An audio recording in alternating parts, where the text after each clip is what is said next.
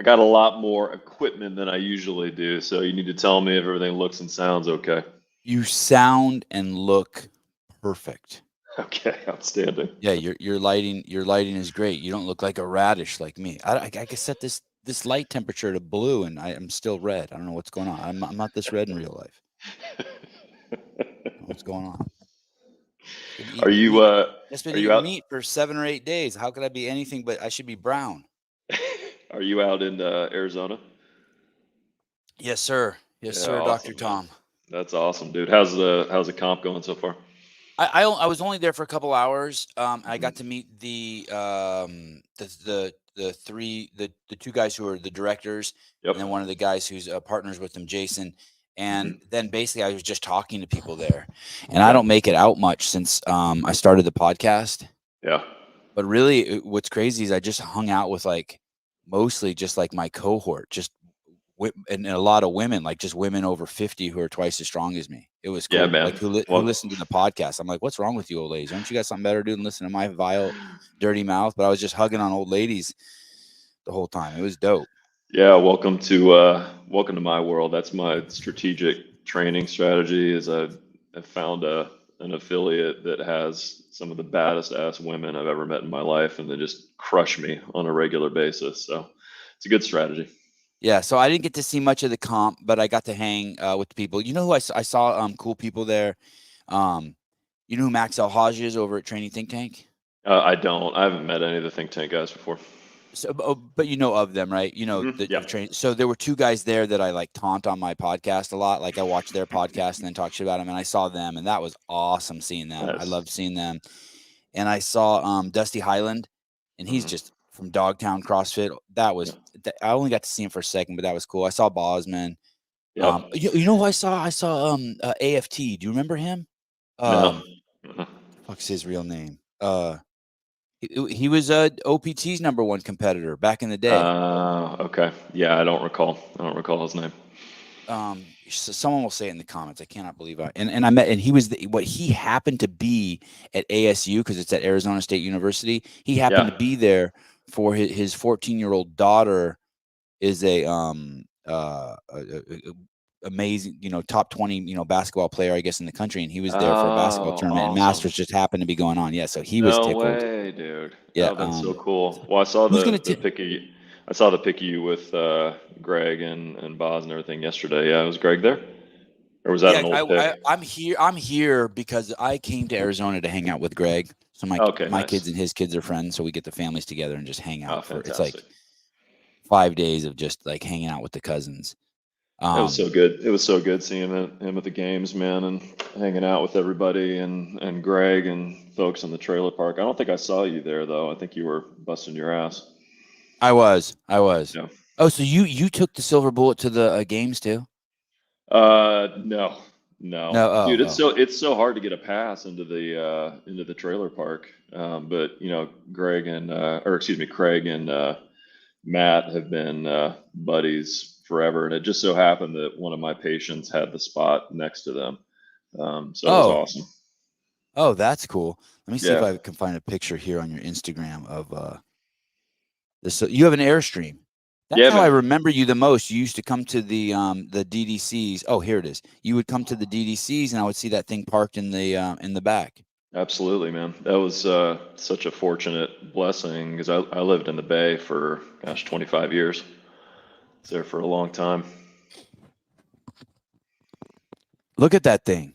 No, man, it's yeah, it was so good when the kids were younger. I mean, they're a little bit older now, but to have a captive audience like that and get out into the woods and just spend time together, it was a wonderful, wonderful thing. Tom, you are you're a physician. Where did you go Mhm. to school?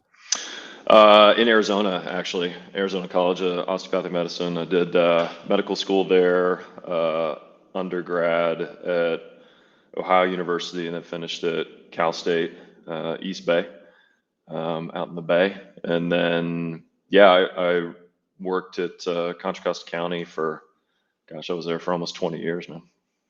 Where in Contra Costa County? For the county? At the county hospital. Yeah, I was the director of the emergency department there for for almost a decade. The what department? Emergency department.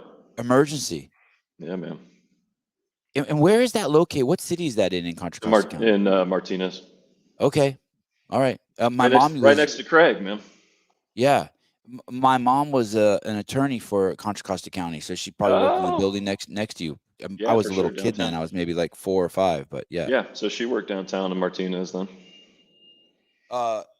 And then tell me, what's an osteopath? So in the medical profession, right, you can be a DO or an MD, right? And so DOs, in addition to everything that allopaths do, which is an MD, also get about 400 hours of training in body work.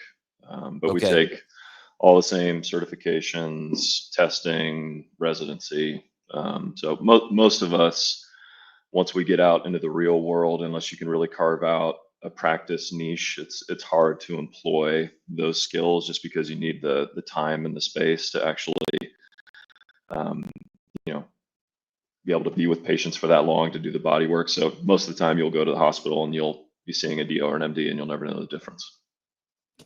I was talking to Greg yesterday, and he can be critical about chiropractors and body workers and stuff. And I said, "Oh, McCoy's coming on.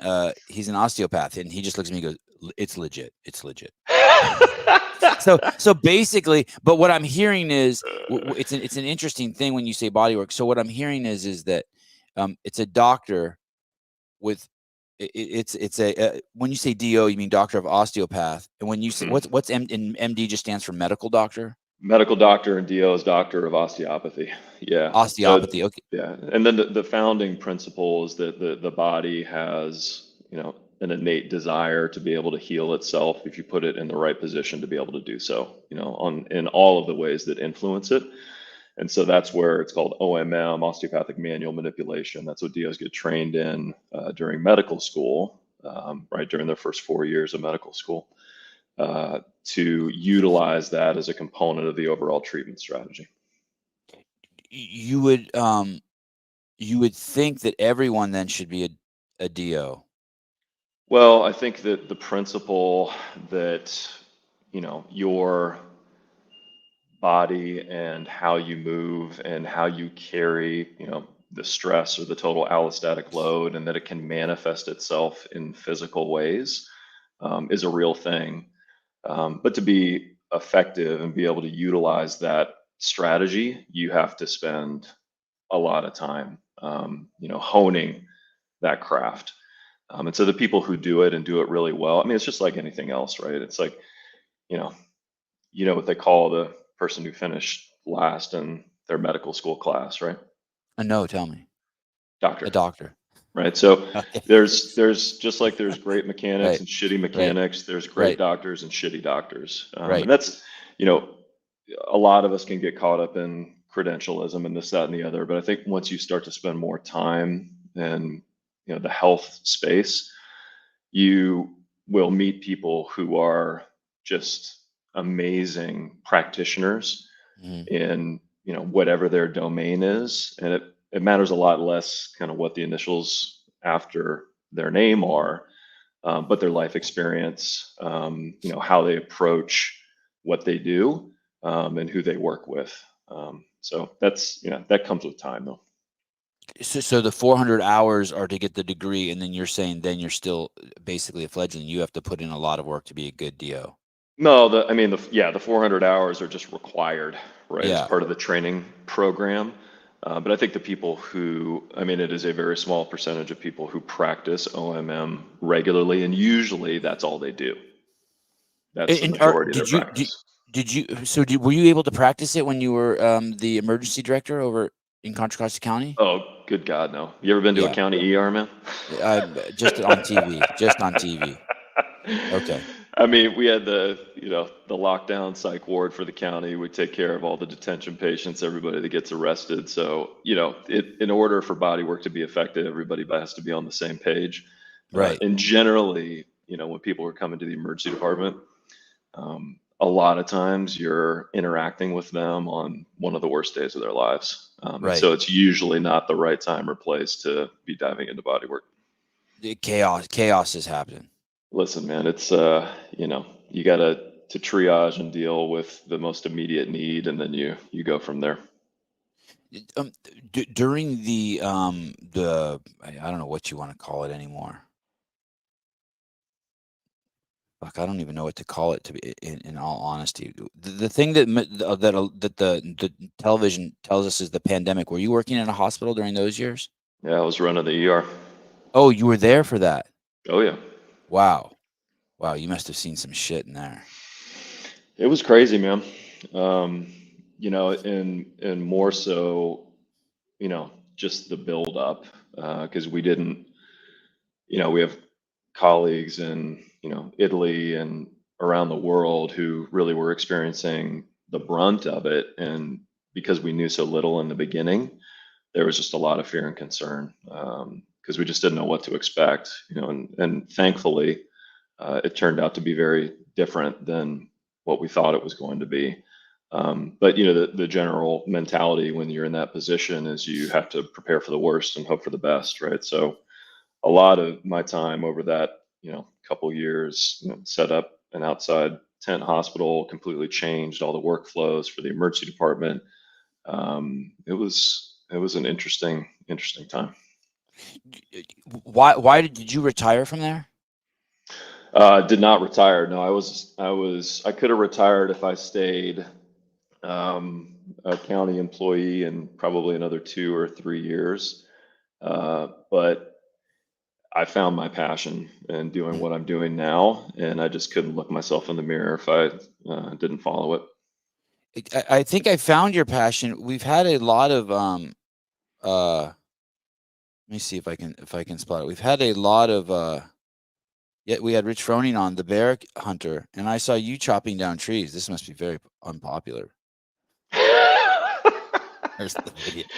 Not in Ohio and Pennsylvania, man. Let me show you this guy chopping down a tree, fucking abusing. I can't find it right. Where is that? What is your passion? Is your passion chopping down trees now? What are you doing? No, man. I mean, I think tell me what's going on. I think here? that all of us, right? All of us have,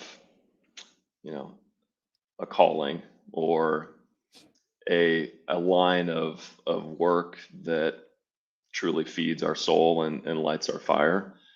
And I think for everyone, the hope is that you can find that and somehow incorporate your life's work so that it continues to fuel that fire, right? And for me, I loved working in the inpatient setting and acuity and doing procedures.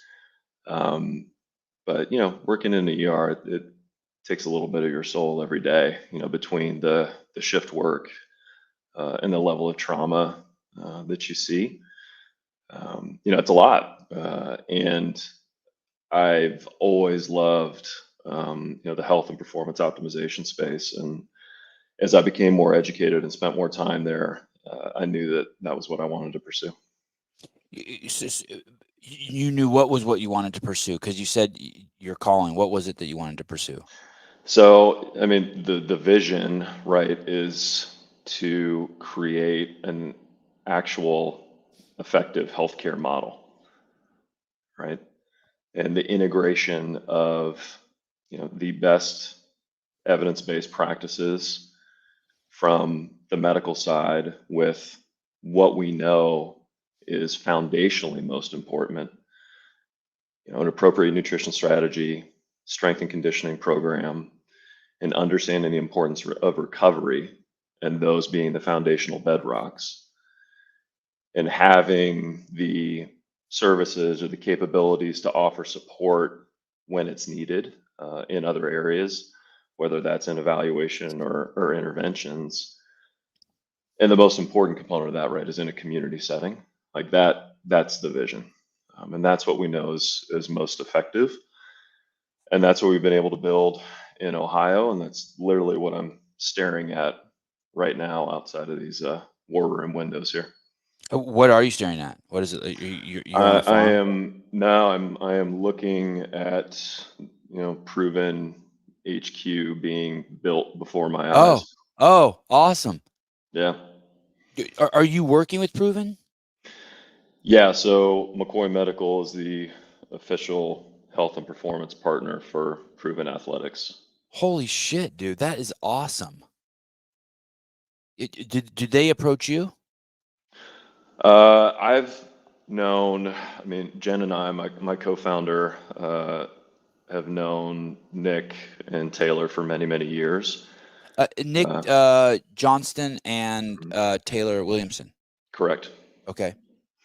And have done work with Taylor in the past, and it was really just a natural evolution of that relationship to be able to provide, comprehensive support and performance optimization for their elite athletes and tier 2 and tier 3 athletes. And so we formalized that partnership, about a year ago. It was about 3 or 4 months before the games last year. We started working with folks. Tom, tell me the name of it. What did you call it? Vital Human. What did you call your practice? McCoy Medical. McCoy Medical. Yep. So you really are living your dream. Yeah. No, my clinic is about 100 yards away from my affiliate that I own, co-own in Ohio. And what we're building here in Nashville, right, is a seamless integration that literally under one roof we have, health and performance optimization, what I think is going to be the best CrossFit affiliate on planet Earth, and a full recovery protocol program all here for everyone, right? For the community affiliate side and for professional athletes. What's the name of your affiliate in Ohio? Chagrin Falls CrossFit. Chagrin Falls, and that's the one that I think most of my listeners know. John Woolley, is that your partner? Yeah, from man. Make Quads Great Again? Yeah, and then Yes, there's sir. a third guy too, right?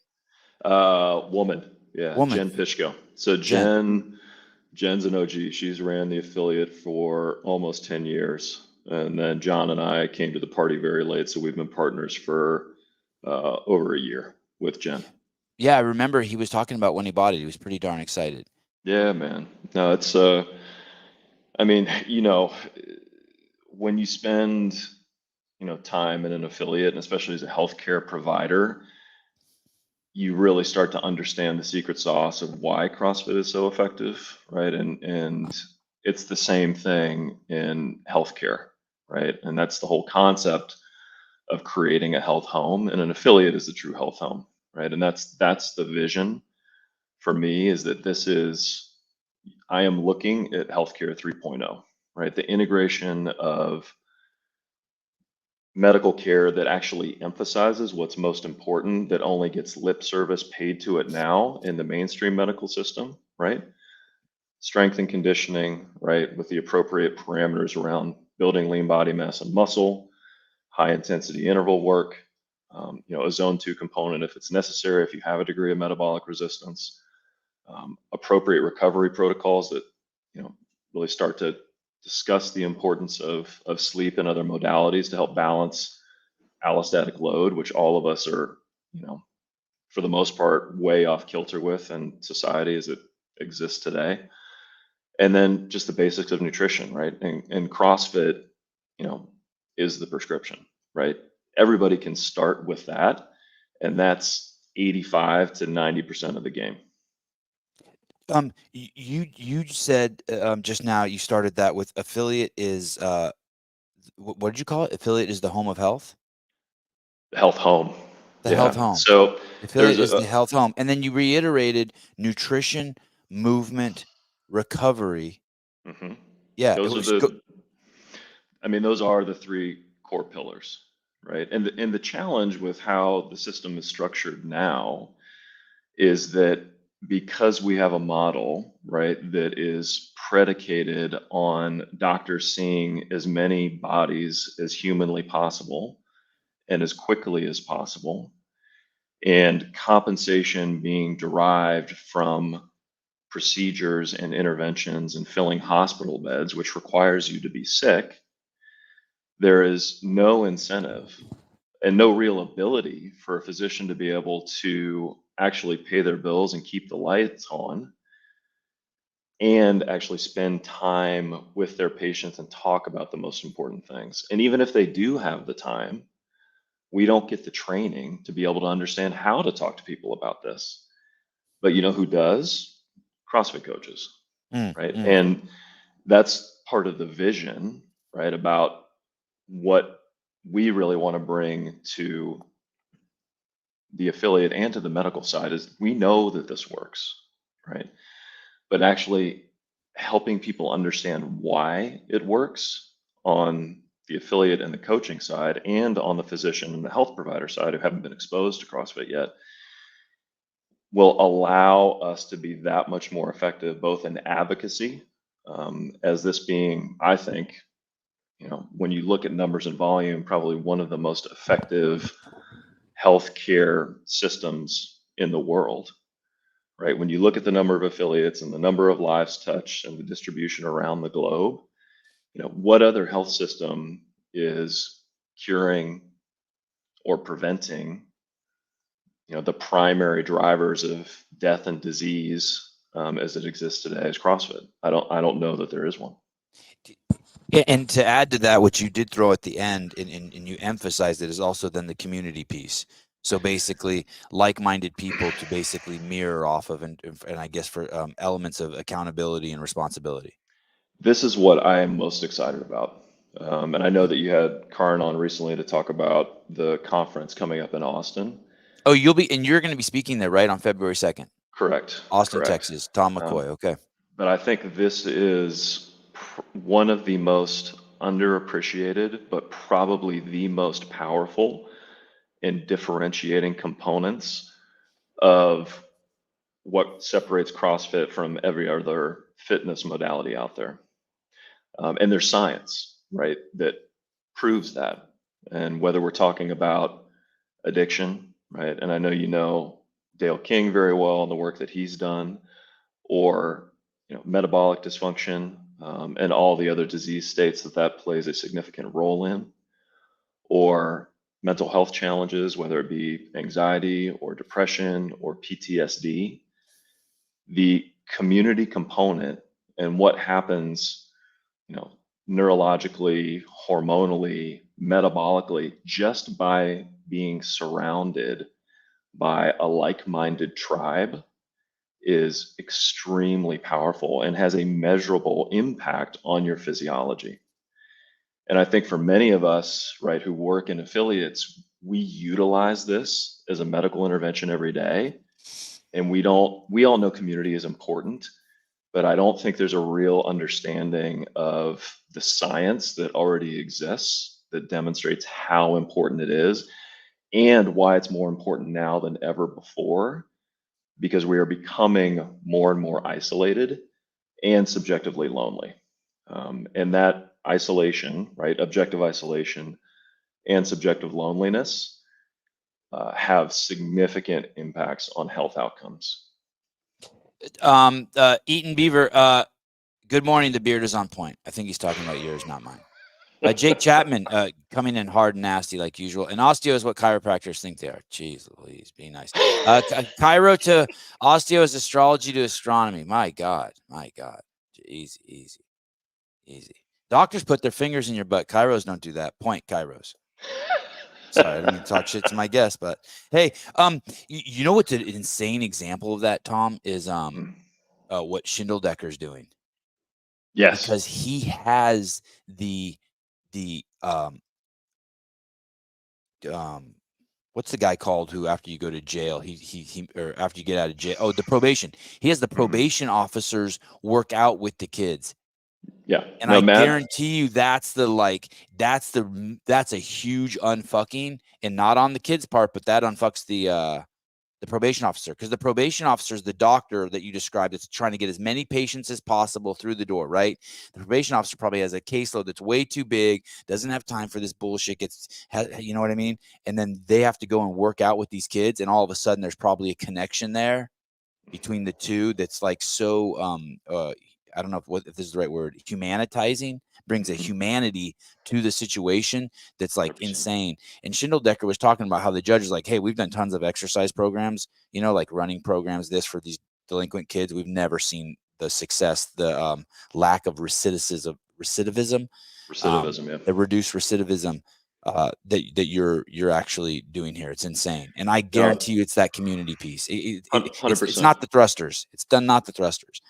And Well, it's not just working out with other bad kids. And I use that. I know someone's going to get mad at me for that, but bear with me. It's working out with the probation officer. I bet my life on it. So it is the thrusters, but it's the thrusters with everybody else doing thrusters at the same time, right? It's a tribe working through shared hardship together for a common goal, right? We are evolutionarily wired to thrive in that setting, right? This is what we are built and designed to do.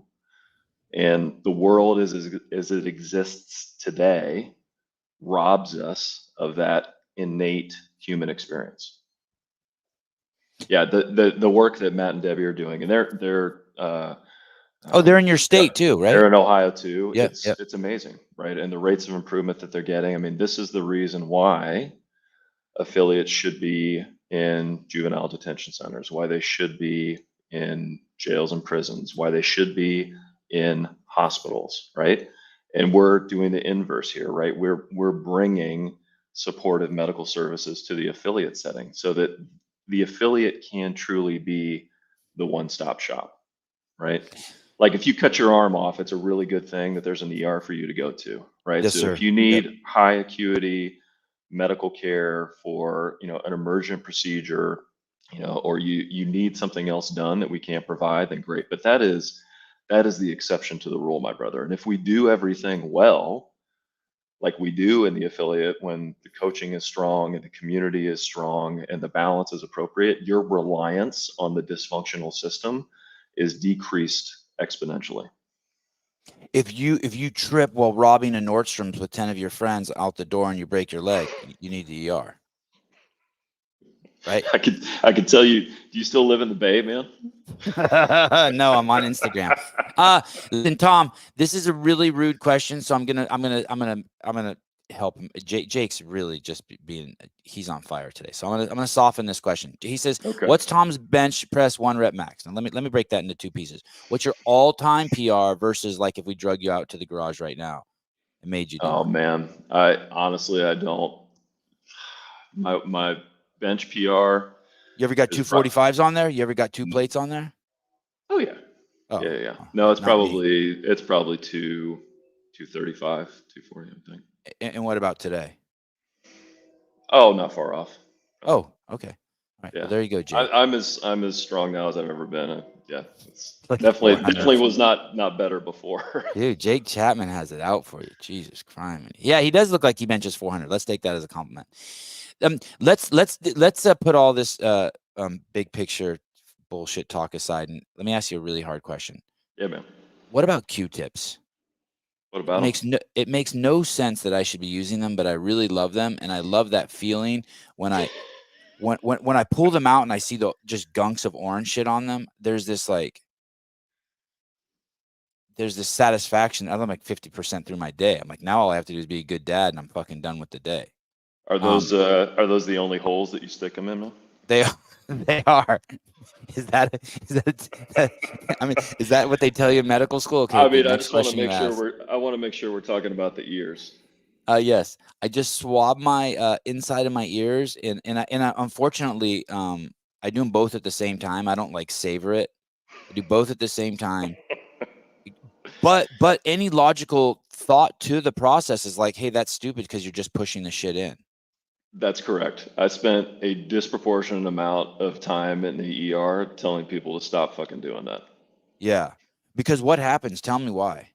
It is satisfying though. Have you done it? It's such a nice feeling having your hole plunged. Oh, I have put a Q-tip in my ear before. Yes, I have. But no, the reason is that you can traumatize the canal, or you can actually puncture your tympanic membrane.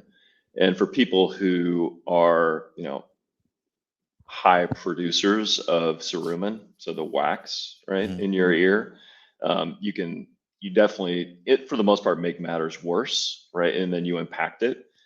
And removing it after you impact it while you enjoy putting a Q-tip in your ear, removing a petrified wax plug is a wholly different experience. What's a petrified wax plug? Like one Well, that's right. been in So there so long? if you pack it in, right, it becomes very hard. Yeah. And so people can actually pass out when you do that, right? Because you can get a vestibular response, the room starts spinning, right? It's it can be pretty intense. So, tread lightly, my friend. I had a little ringing in my ear. This is like 10 years ago. Mm-hmm. My wife took me to a ear, nose, and throat doctor. ENT. Yeah. And I sat in a chair and he cleaned out my ears. And I had like bionic. You remember Jamie Summers, the Bionic Woman? I had like bionic hearing, dude, for like a week. It was crazy. I could just like point my ear over and just at something, and I could just hear like people breathing. Yeah, no, it was nuts. It's akin to pulling the thorn out of the lion's foot. When you remove somebody's, wax plug that's been impacted for a year, and they realize that they're not going deaf. You made a friend for life for sure. Yeah, it was. Yeah, and I couldn't hear out of one ear. It's amazing how important it is that you have both ears. If you can't hear out of one ear, the whole world changes. No, hearing is actually one of the biggest drivers for loneliness and isolation in the older population, which is funny. We'll circle back to what we've been talking about before. But if you have a hearing deficit, and that comes back to the concept of loneliness, and in that it's a subjective experience. So you can be surrounded by people. But if you can't hear what they're saying or engage in the community, right, that's a form of isolation. So it's very important. What do you think? By the way, anyone who wants to hear, Dr. Tom will be speaking. If you pay a certain amount of money, you can hear him speak. If you pay even more money, you can work out with him and like toast him with a glass and like take food off his plate. You guys get to go to a dinner together. You're not getting any of my food, I can tell you that much. I mean, he eats like this. He holds his hand up above his head so no one can take it. Better be fast. And that will be February 2nd in Austin, Texas. And the website is, I'll put a link somewhere. It's type in CrossFit Medical Health. I think the conference is called CrossFit for Health. Okay, CrossFit for Health. But if they go to Karin, I know she's got it all over her page. And CrossFit. Okay, Karin Thompson. Too. Yep. Okay. Where was I going? Earwax. I'm glad we're covering all the important topics today. So this one was an important one.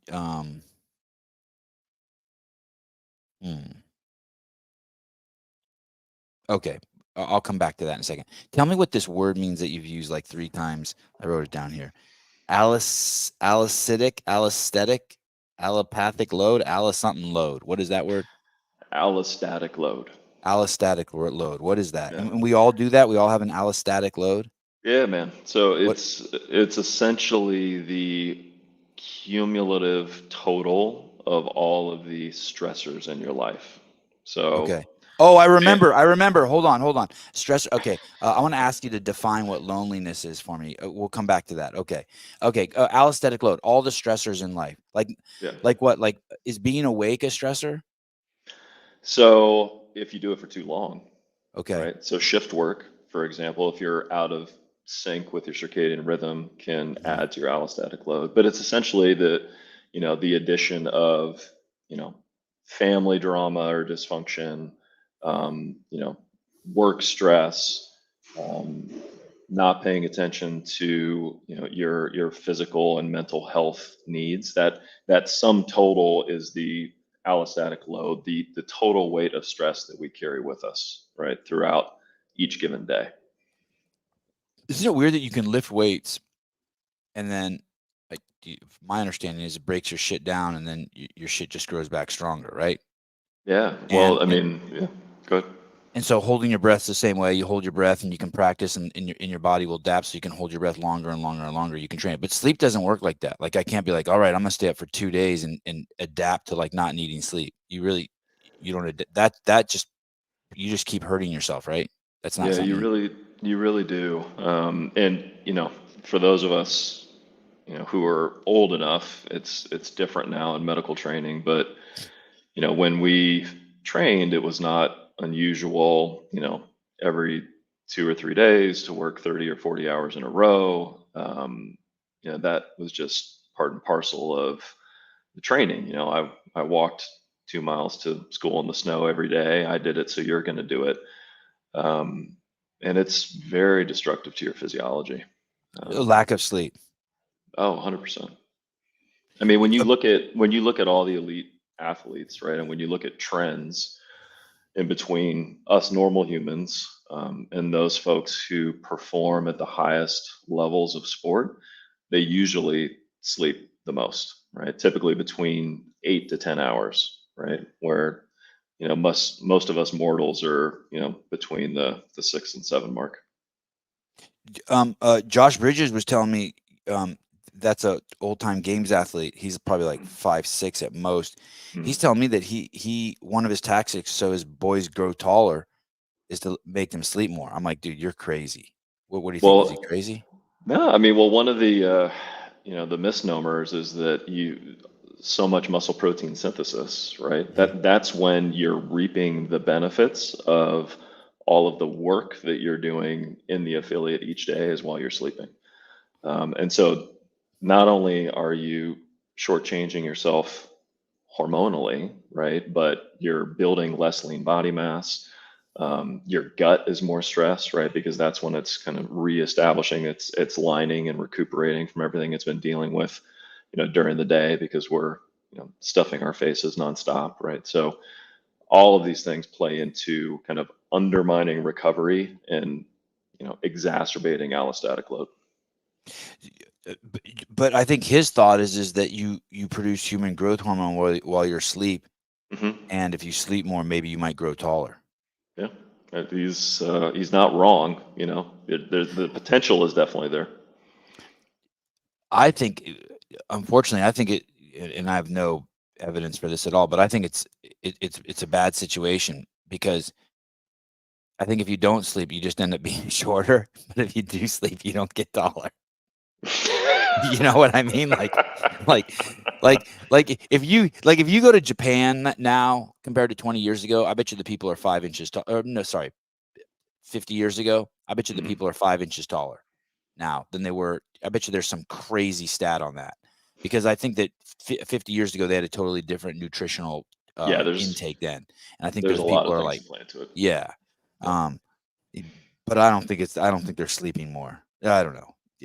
But I'm not pushing back on the importance of sleep, because even at 51 now, if I just get like 20 minutes less sleep one day Mhm. than the next, Mhm. I'll have issues throughout the day operating. Absolutely. Issues I can't even believe I'm having. Movement issues, weird shit, like Yeah, balance and movement issues. It's crazy. And now that I'm as in tune with it as I am and spend so much time with people talking about it, the fact that I lived the majority of my career chronically sleep deprived. I mean, it's sad, and I realize, why I was such an asshole most of the time. And right. it just impacts everything. You know what's interesting? What's interesting you said about your job in the beginning is the speed component in which doctors operate. The two elements that like kind of hurt their ability to really perform their profession at the highest level is Mhm. the speed and the fact that money's made by diagnosing sickness, and so it interrupts probably like I'm saying it gently in the most gentle way I can, but it interrupts a honest evaluation of what they're seeing, and then there's kind of a speed expectancy to it. Um, mm, I think that the sad part about that is, Sevan, is that as physicians, none of us want to be in that situation, yeah, but the vast majority of us are trapped. right? Because being able to actually do it the right way requires you to, buck the system and work outside of mainstream medicine, which is not an easy proposition. Where I was going to go with that is the only time I'm ever angry at my kids is when I'm in a rush. It's the only time. They break a window. I wouldn't care if I took 2 deep breaths and evaluated it. We're walking to the car and like there's someone waiting for us to move so they get in the parking spot. I'll take it out. Like every time I'm short with them, and this is going back to what you said, why I was in such a bad mood because of lack of sleep, but also the component of trying to move fast.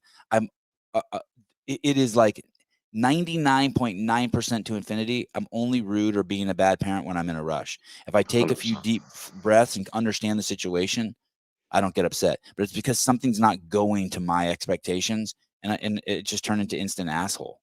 And that's one of the reasons why we've designed our practice how we have. Like our appointment slots are 60 to 90 minutes. Wow. Right? So I don't, and it's crazy, right? It's like almost every patient that I have has insurance, right? They have an assigned PCP, but they don't get what they need, right? Which is somebody who actually takes the time to not only listen and understand all of the factors that are playing a role in their current health status, but then can actually collect the necessary data and construct a plan to help them correct that, right? That there's no room for that in the current mainstream medical model.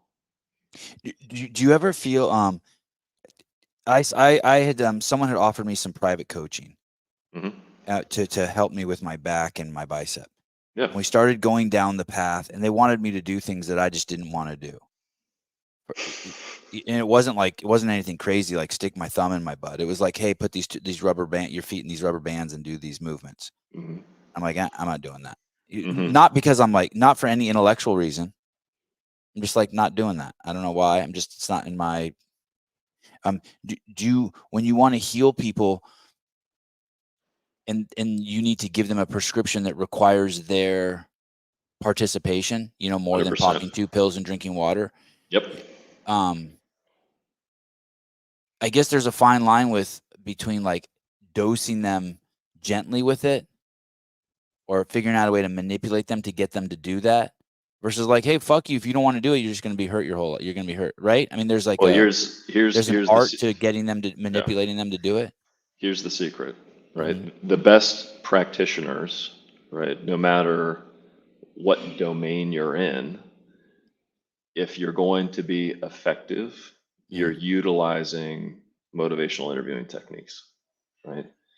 And the evidence is pretty clear around this, that your likelihood to follow through with a health prescription is significantly higher if you come up with the components that you want to focus on, as opposed to me telling you in the traditional paternalistic model. Right. So if we're having this discussion, right, about your back and your bicep, and we talk about the foundational principles of why we think they're bothering you, right? The next step is for me to say, okay, given what we've discussed about how your day is built, what time we have to be able to dedicate to this, what principles we know that we need to focus on around core strengthening and what have you. What do you think is something that we could commit to, right, in between us talking now when I see you again, that you could be consistent with, right? What excites you? And that's my job, if I'm going to be effective, to get you to surface that. Because I can tell you what to do all day, to go and do some Suzanne Summers, leg squeezes, and you'll smile and nod, right? And you'll walk out and you'll be like, I'm not doing that shit. Right. And that's not doing anybody any good. Right. But the hardest part for a coach or a physician or a mentor in a business situation, whatever, is when you know the answer, the hardest part is to sit on your hands and shut the hell up and let the other person learn and grow and come up with it. Because you're not doing them a solid by trying to shove all of your information to make you look smart down their throat. Less is more. How often do you do that where you think you know something, but you're being patient and waiting for them, but then all of a sudden you learn something too? Well, that's, when you have a true relationship, right, with your patients, it's not a one-way street. Like, that's how it should be. You should be learning and growing together, right? And as your relationship grows and your knowledge of each other grows, their health improves as well, right? Because all of this is built on trust. Whether I'm working with, a 75-year-old executive, right, who wants to improve their body composition, or an elite games athlete, it starts with trust and a human connection, right? Because if you don't have buy-in or believe in the process, we're all just spinning our wheels. Dude, it's funny. The trust thing has been, this is way off topic, but has been a huge thing I've been focused on lately in my life. A couple of years ago, I remember Ben Bergeron. I think it was Ben Bergeron. I heard he was on the show and he said, or I read it in a book, something he wrote. Relationships grow at the speed of trust. Mm. And that's why, you get two people who've never met before and you give them a big fat dose of ecstasy and their fucking relationship will they'll do 10 years in fucking 4 hours. Mm-hmm. But my relationship with my wife, and then I have this group of friends, and I've been like looking at the trust in both of these two situations. And the more trust and I've been with my wife for a long time, but the more I started looking through every issue we might have throughout the day. Like it's nothing serious, but just like she might not like some way I spoke to the kids or something. Mm-hmm. I try to look at through a trust lens just to see what that would look like, trust paradigm. And then this other group of friends I have, our relationships are growing so fast right now between us. Yep. And I just realized we got a huge, healthy dose of trust in our group. It's growing. And so then the relationship is speeding up. Yep. I think it's such an important point. And I think one of the hardest things for us to do now, right, is to be able to let down our walls and because you have to be vulnerable to a certain extent to start to establish trust, right? And a lot of us are not good at being vulnerable. And a lot of that stems from a lack of self understanding, right? Or confidence in our own self concept. I think it's too high of expectations too on relationships. Tell me more. What do you mean? Your friend isn't fucking perfect. Your friend isn't perfect. Like your friend, like you have a friend for 10 years and then you I don't know, you find out that they've been smoking your weed every time they come over to your house and you just found out through your security camera and you're mad at them. It's like, fuck you. Like they were your friend for 10 years. Let that shit go.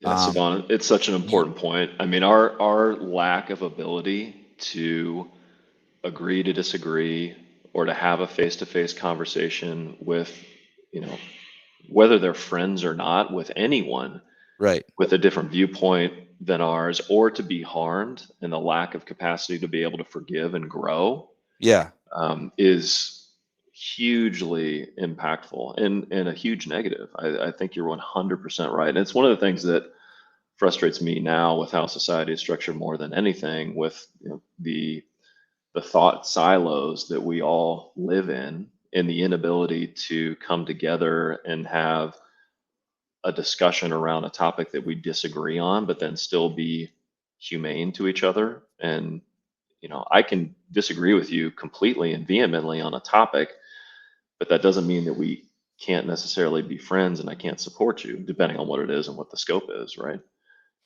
But we all learn more by spending time with people who think differently than us. And like in politics, it's a big win-lose situation, right?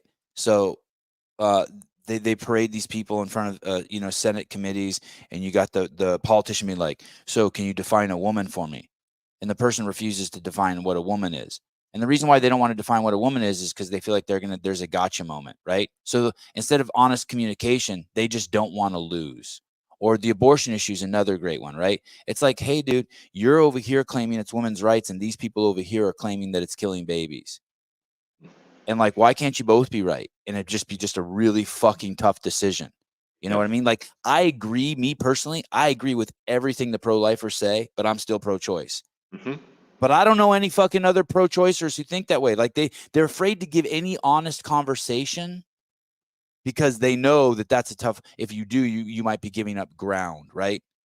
Like, I just want someone to say, hey, dude, it's only men have penises, but listen, we need to show, if these men want to be women, we need to accept them. Or like, there's a dishonesty in the discourse because people don't want to lose ground.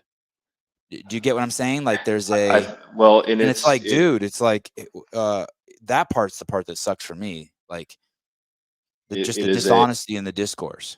Yeah, it's a sign of strength, right? When you can have a discussion with somebody who disagrees with you, right? Mhm. And still be, a normal human and be cordial, right? Because what happens is whenever we interact with somebody who disagrees with us, automatically we become defensive, right? Because it's like we want to threatening win. Like, we're interested in winning, not getting to the truth. it's threatening our worldview. Right. It's threatening the lens with which we interpret how things, are coming at us or how things exist in the world. But society is constructed in a way now to where we can live in a realm where it only reinforces our narrow worldview. And so it never gets challenged or exposed. And so you don't have the opportunity to actually grow, right? Philosophically, around the points, how you think, why you think it. Like, we should always be challenging ourselves about our deepest convictions and thoughts. And the best way to do that is by interacting with people who disagree with you. And if you're scared to do that, it means that you may need to take a deeper look at, what the true underpinnings of, your worldviews are, right? You shouldn't be scared of that. You should be excited about that because you're either going to be more affirmed or you're going to learn something. And Right. either one of those should excite you. Right. Shifting gears here, what is loneliness? So, when you look at the literature, right, it essentially breaks it down into social isolation and loneliness, right? Those are the two buckets. And social isolation is more objective, right? So that can be defined in different ways, essentially by your peer group, how many people you interact with a day, do you leave the house, yada, yada, yada, as opposed to loneliness, which is a more subjective experience, right? And so that is based more on asking someone, do you feel lonely? And the interesting thing is that the literature tends to show that the trends are that subjective sense of loneliness is more impactful from a health outcome standpoint than objective social isolation. Okay. Does that make sense? Yeah. So there's two kinds. God, is that my computer that keeps ringing like that? Yeah, I don't think it's me. I wonder how I turned that off. How come I never noticed that before? If you go, you can go to do not disturb under there. It should take care I of it. think it's on my computer. Yeah, if you go up to settings and go to notifications and just flip on do not disturb. Message settings. Thank you for the tutorial here. Keep messages. No, iMessage. Sign out. No, don't want. No, not iMessage. Go under settings, notifications, and then at the top there should just be a do not disturb button.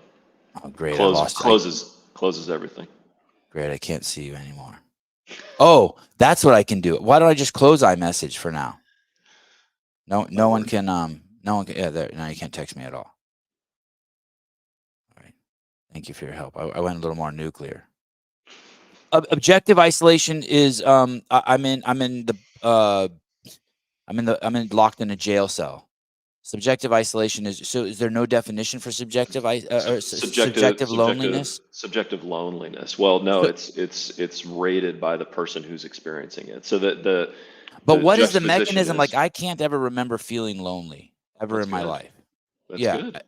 But what? So I don't know. What would that look like? Like, So you if you're, you have a you thought can, that you can't process yourself, so you need, like, what's the? no, the concept is that you theoretically could have you could not be socially isolated, right? So you may be interacting with people, you may or may not, have a friend group, but you do not feel connection, right? You are not part of a tribe. You do not have a sense of being connected to a community. So you can be surrounded Oh, by people, but still be subjectively lonely. so the piece that I'm now focusing on, that I think's helped me understand, is if you don't feel like you're part of a community.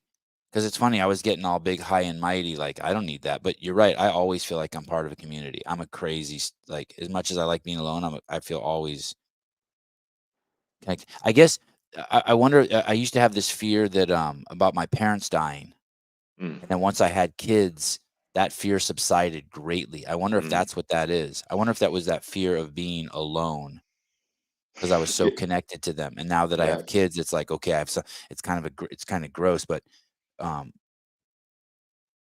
but now I have them to attach onto. you got your tribe. I Yeah, I got my think, tribe. yeah, the So it that's it somewhere in there is the not wanting to be alone, probably. Now that you mention it. it is, I think, one of the most important aspects of the affiliate, right? Because you are, as part of the process, you have the opportunity to become part of a tribe or a community that is moving in the same direction, right? And when you're talking about establishing, healthy habits or changing dysfunctional ones, leveraging the power of community who's moving in one direction and how difficult it makes it to swim upstream in the other direction is extremely powerful. Mm. Yeah, I see it. That it's interesting. I wonder. Yeah, I wonder how. I'm trying to think of all the different affiliates that I've been in, and it really is like that. And what do you think about this? I wonder what it's like for people who come in new to it. Like, I hear stories Mhm. about people who come in new to it, and the people there are too cliquey. Like, they're not welcoming. I mean, the majority of affiliates, I think, are welcoming. Yeah, I mean, my experience, at least in the affiliates that I've been in, and I've certainly heard horror stories. I mean, it goes back to what we talked about. There's good Yeah, affiliates and there's dysfunctional ones, but yeah, in the ones that I have been exposed to, the vast majority of the time, when there's somebody new, they get a disproportionate amount of the encouragement and attention, right? To bring yeah, them yeah, into the tribe. Like I was just reading, I think, they posted something on CrossFit the other day with somebody asking, I'm new to the group, like I can't do shit, but everybody's standing around cheering me on, right? As I'm pushing through, like, why are they doing this? Why are they being so nice to me? And I think that it's because we've all been there. We all had our first time, our first week, our first month walking into affiliate. We understand how intimidating that can be. And it lifts everybody up to build that community so that you're all moving in the same direction, right? And having clicks and dysfunction within your affiliate, that starts to leverage subjective isolation, right? I mean, you're separating people, and that undermines one of the most powerful influences of the affiliate model, right? So I think a lot of us do that subconsciously, but there's a lot of physiologic benefits that come by bringing everyone into the tribe, so you're moving in the same direction. How did you find CrossFit?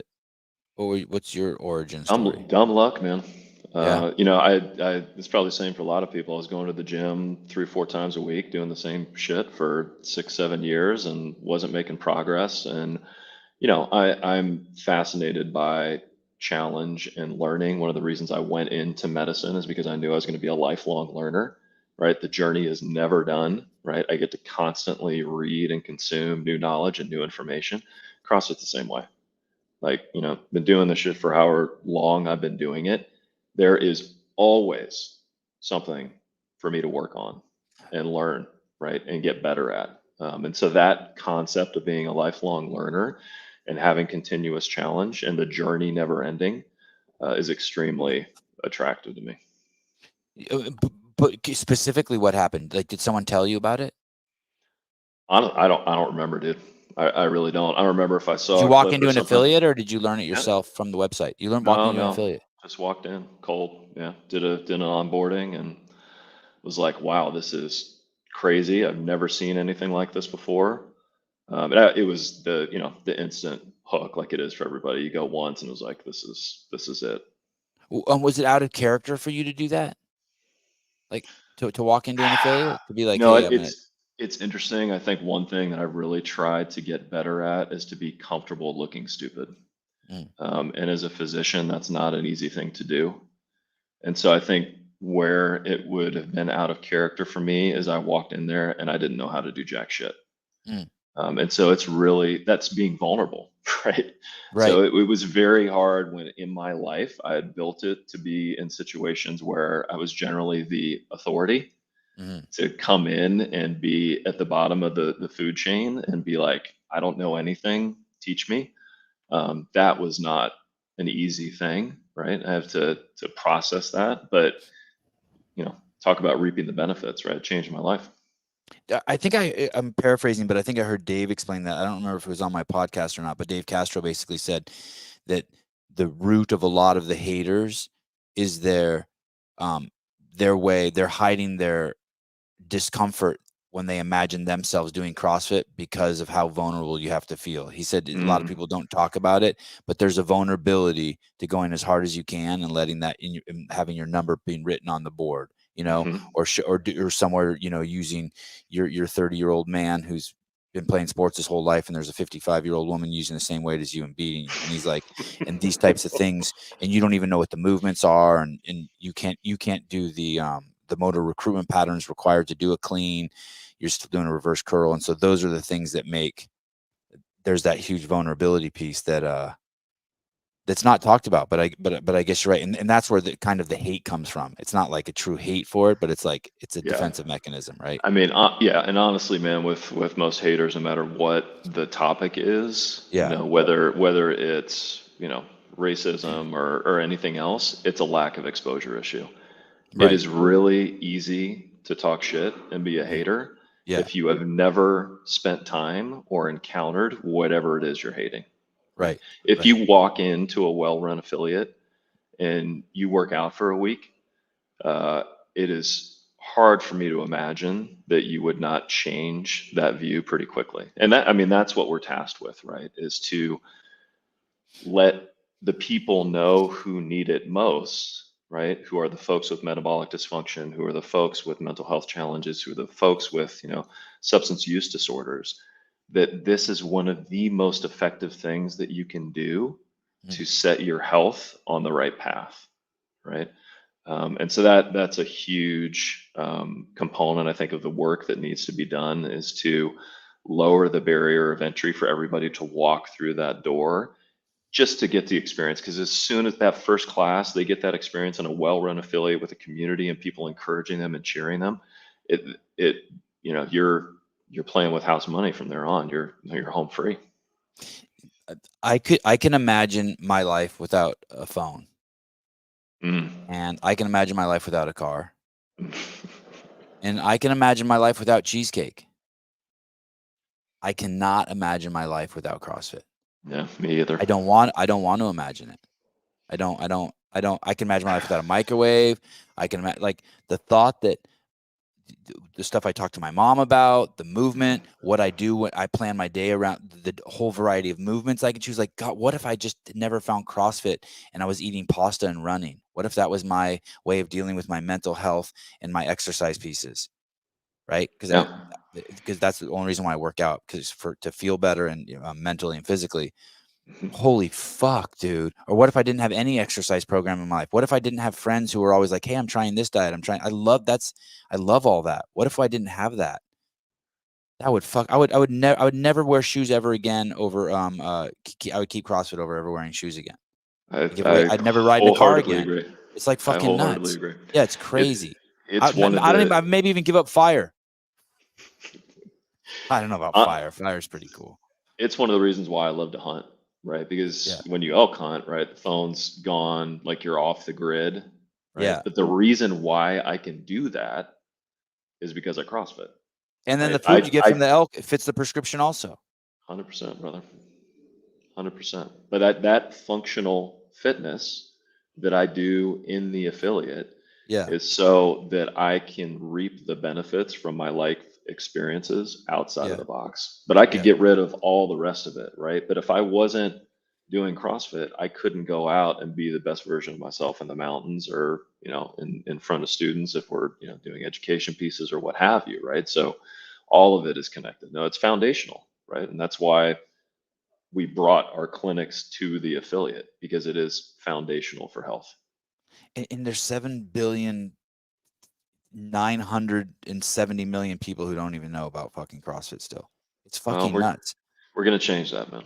Yeah. Blade Walker, I can't imagine going through a day thinking I'm not dope as hell. I know, I can't imagine that either. I hope it goes to the end. My goal is to get as many people on the hype about themselves as possible. Yeah, dude. And hey, dude, and you know what? That's how I would describe you. You love yourself and you love other people. And I think people, every time I've interacted with you, I feel better about myself. You're doing it, dude. Yeah, that's a good, you're a magician like that, dude. That's awesome. Sevan, no man bun, no septum ring. I have a man bun. It's here. Oh, you mean he doesn't have Dr. Tom doesn't have a man bun. He'll grow a man bun. He's just too young still. No, I had a man bun phase. I moved through that phase. Yeah, all right. What happens next? You just cut it off? Dude, I honestly, this is a strategic decision. Like, I don't have to own a comb. I don't have to do anything with my hair. I just wake up and go. So it makes it easy. I got these everywhere. I got rubber bands everywhere. Those are called scrunchies, man. Those are scrunchies. All right. No, mine are masculine. Mine are rubber bands. Sure they are. Yeah. I've renamed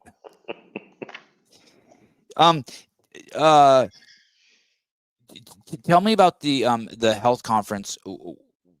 Why did they invite you? Are you excited about it? And what will be the nature of your talk? Do you like doing that? Do you like public speaking? Are you freaking out? No. I mean, I've done it for a long time now. I mean, it's interesting, right? Because I'm a card-carrying introvert for sure. But as we alluded to before, when you find the thing in life that you're most passionate about, I think part of that is that you feel driven to spread the good word, right? And so, whatever consternation or fears you would have about speaking in front of people, like that takes a second seat to doing what needs to be done. To answer your question, I think a lot of what we'll be talking about is a lot of the stuff that we talked about today. And my goal is to present the new vision of healthcare, right, as we move forward, and how CrossFit and the affiliate model is the prescription. And as a healthcare system, we can build supportive structures within that model to provide the vast majority of what people need to form the best versions of themselves. And so we'll be talking a lot about the science around the things that we talked about today in more detail, with the goal of really helping coaches, affiliate owners, anyone interested in understanding the role that fitness and community plays in health optimization, so that they can be true advocates moving forward. And there's a lot of other stuff that we'll save for the conference that I'm extremely excited about. So I hope as many people as possible can come, because there's going to be a number of calls to actions for people in the health space coming from me. Tell me, the people you'll be speaking to will pretty much already be bought in. So, right, you have a crowd. You have a crowd that's already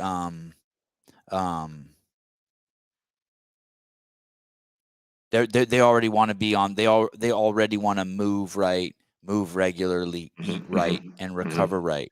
So you'll basically be going into, I guess, more detail for them, or re-emphasizing for them. I mean, you're preaching to everyone who comes there is going to be preaching to the choir, right? No one's showing up at the health conference and be like, "You guys got it all wrong. Go back to curls and Thigh Master."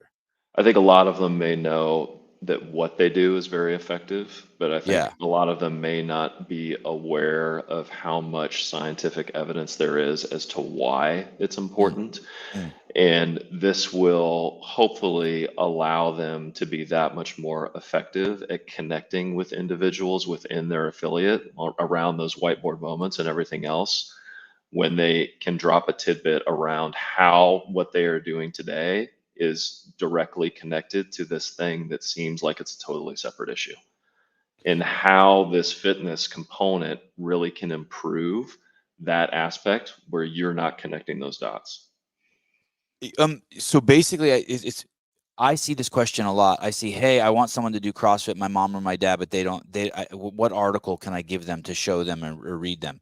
So this conference, it sounds like, is a tool for people to listen to speakers who will help arm people to make you more convincing in what you already know, giving you data points so that you can talk to other people who aren't willing to just try it. I am Right? so excited about this lineup of speakers, man. I Yeah. mean, it is a world class lineup of folks who really know their stuff, who have done the research themselves in a lot of the instances, right? Whether, Tommy Wood has published extensively, right, on the importance of community. Rhonda Patrick has published extensively. Chris Palmer has written books, right, about the importance of metabolic health and the role that that plays in mental health and wellness. And CrossFit addresses all of these things, right? It is the medical intervention of need to address the biggest health impacts, negative impacts on our society today. And what's crazy too, there's patients everywhere, right? There's never been more patients Oh man, no. in need. Talk Um, about talk about on, job security, man. It's a sad yeah, state of affairs. on planet Earth. Wow, so many. Got Nicole Carroll in the lineup now. Yeah, you're with a good group of people. Congratulations. No, it's really exciting, man. Hey, you also got a master's in bioethics. That's correct. What is that bioethics? So, as we talked about before, I love learning and reading. And my medical school had a dual degree program where I could do a master's at the same time as my medical degree. And so it was a really nice balance and juxtaposition to the hardcore science that we were doing all day, to then be able to explore philosophically, right, the reasons and drives and discussions around patient choice and how we make decisions around medical care, intervention, how you think about right and wrong. That exploration allowed me to get through the medical school process, and I think stay sane. Um, during my very strong viewpoint is that the reaction to I don't know how to say it any other way. My reaction to COVID-19, societal reaction to COVID-19 did significantly more damage Mm. than COVID-19. Significantly significant. It's like there's a pothole and you could have hit it and got a flat tire, and instead you swerved off the road and fell off a cliff. Like that's what I think Hmm. happened. Hmm. I mean, is that an ethics issue? So I think what you can say Hmm. as far as how things have played out, and Hmm.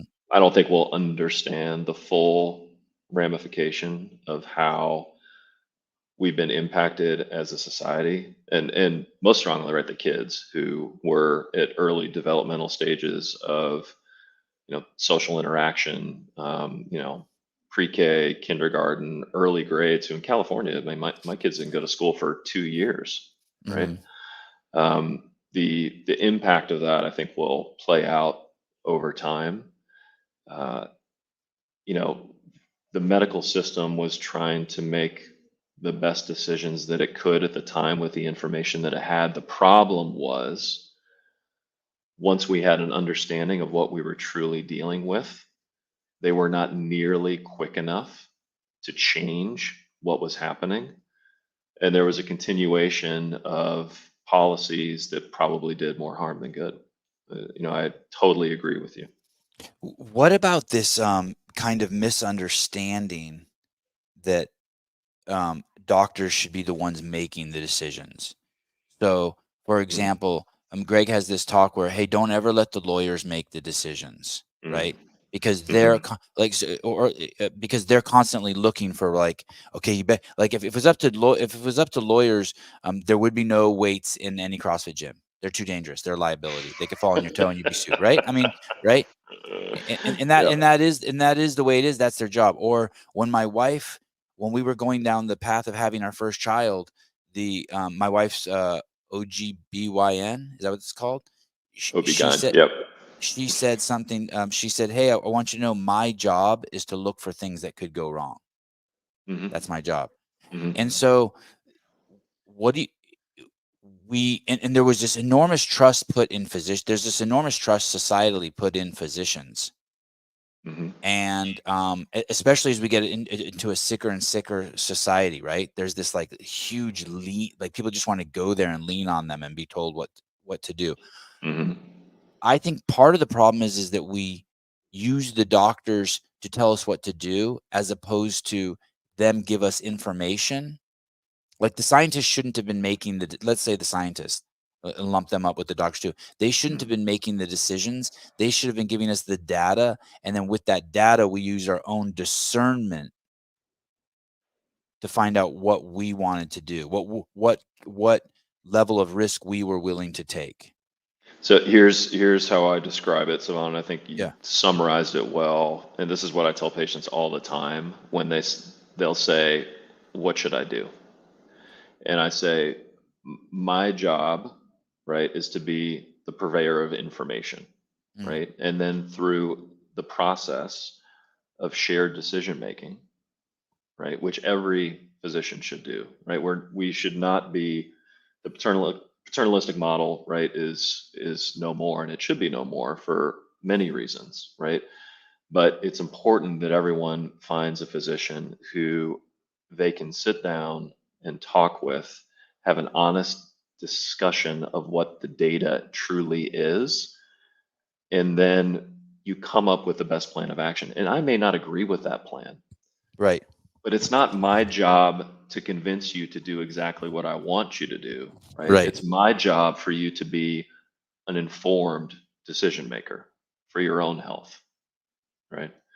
I think that's inherent within every physician-patient interaction. It should be. And if you're a patient and you're going to see a physician and you ask a question or you voice an opinion and they make you feel ashamed or they belittle you or they snicker under their breath, Yeah. you need to find somebody else, because that is not the relationship or the type of interaction that any of us should have to have with our healthcare team.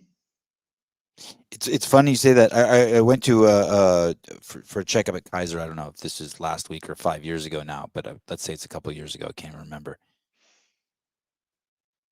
And I said to the guy, he was a cool guy. I liked him. You know what I mean? Like he was cool. Like well, first of all, he walks in the room and I introduce myself and shake his hand. And so like, in the 20 times I've been to the doctor with my kids or my wife or myself in the last 5 years, not a single doctor's ever introduced themselves to me. They're like, they just say hello and they start going. So I always say, "Hi, I'm Sevan," and I shake their hand. It's like they're shocked. Good. Right. It's crazy. 100%. There's never been one that's like I didn't catch off guard. But anyway, so then you're in there with them and it's this big handsome man who's got like, the fupa.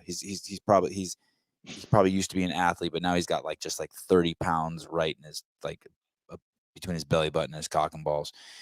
And at the end of whatever we were doing there, I said, "Hey, what do you think about fasting?" And he goes, "It's nonsense. Don't worry about that stuff." And I said, "Oh, okay." And then I go, "What do you think about autophagy?" And he goes, "I don't know what that is." I was fucking shocked, right? Because I'm not the sharpest tool in the shed. I mean, It took me 2 years to be able to pronounce that word. I was always like, autophotography? Like it took me forever to figure out how to say autophagy.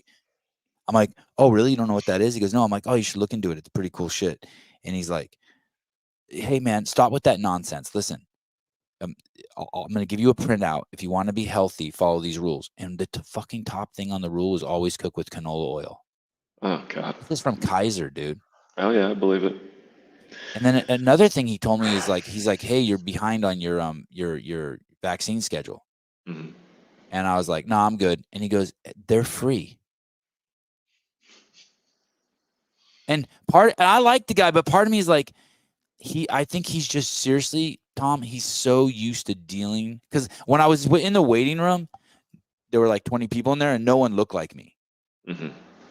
They don't even, they're like, it was like I was a chimp and they were gorillas, or I was a gorilla and they were chimps. I know we're primates. Like I was a python and they were a king snake. You know what I mean? I was not them. It was crazy. You know, they're just they have a different manifestation. They're like, I was a robin and they were a blue jay. I mean, I know I'm in the same family as them, but I'm not them. So I was like giving the doctor some leeway, like, well, he's just used to dealing with robins. I mean, just full fucking, yeah, it's crazy. So you raised a very, very important additional red flag. Yeah. When you're working with physicians that everyone should be aware of. Yeah. If you ask a question Mm-hmm. like that and they scoff, yeah, he scoffed a little, and have an absolutist answer, mm-hmm. back out of the room, not slowly, relatively quickly. Later, dude. Because the answer should always be, for the vast majority of these things, especially when it comes to nutrition strategies. Yeah. The next thing that comes out of that person's mouth should be, well, why? Why are you interested in fasting? Right. Why do you think that that's a good strategy for you? Yeah. Because none of this stuff is binary, right? And my job is then to talk about, okay, these are the levers that you're pulling that are going to be improved, right, by using time restricted feeding or intermittent fasting or longer fasting periods. And this is what you're going to be giving up. Now, put that through the lens of what's important for us in front of you right now, right? And if you're looking at, a 40-something-year-old physician who's got probably a decent amount of lean body mass underneath all of that adipose, but has 30 pounds of subcutaneous adipose and probably a pound or two of visceral adipose, which is probably the most deadly thing for him.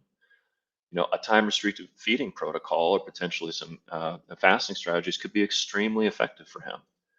Now, for somebody else, right, who's got low bone mineral density and poor lean body mass and, wants to leverage autophagy, but is, extremely devoid of skeletal muscle and metabolically active tissue, like we can have that discussion about how this potentially may be beneficial. But it's also my job to highlight, like, this probably isn't the number one priority for us right now. And it's not that I'm going to tell you not to do it, but I want to make sure that you're making an informed decision. Yeah. Right? Yeah. Well, what do you think about autophagy? Well, what about it?